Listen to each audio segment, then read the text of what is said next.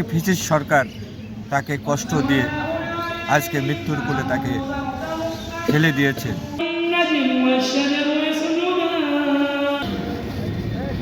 শহীদ president Ziaur Rahman স্মৃতি বিজড়িত বাড়ি থেকে তাকে বের করে দেওয়া হয়েছে।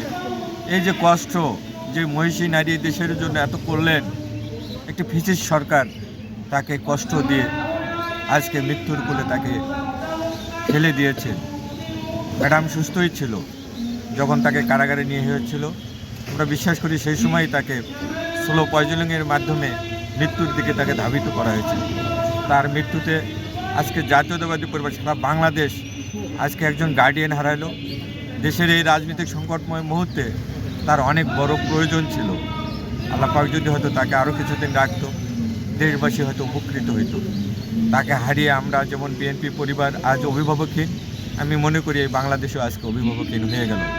তিনি ন্যায়ের পক্ষে আপোষহীন ছিলেন, যার ফলে তাকে আমরা আপোষহীন নেত্রী হিসেবে সমস্ত বাংলাদেশ তাকে মনে করে।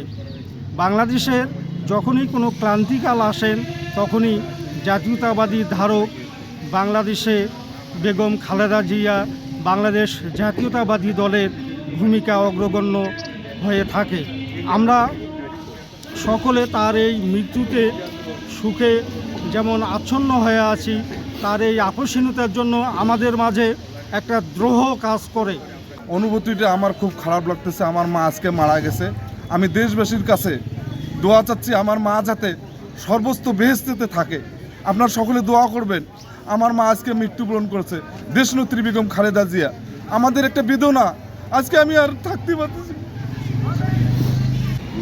রক্তচক্ষু উপেক্ষা করেও তিনি দেশ ত্যাগ করেনি।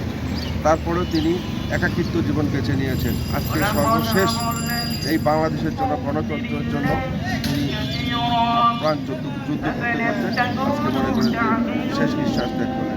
আমি মনে করি আজকে সমগ্র বাংলাদেশ এবং বাংলাদেশের মানুষ আমাদের দেশনেত্রী বেগম খালেদা জিয়াকে শুধু হারাননি, আমার মনে হয় যে একজন অরিজিনালি দেশপ্রেমিক এবং আমাদের প্রিয় নেত্রী দেশনেত্রী বেগম খালেদা জিয়াকে হারিয়েছে।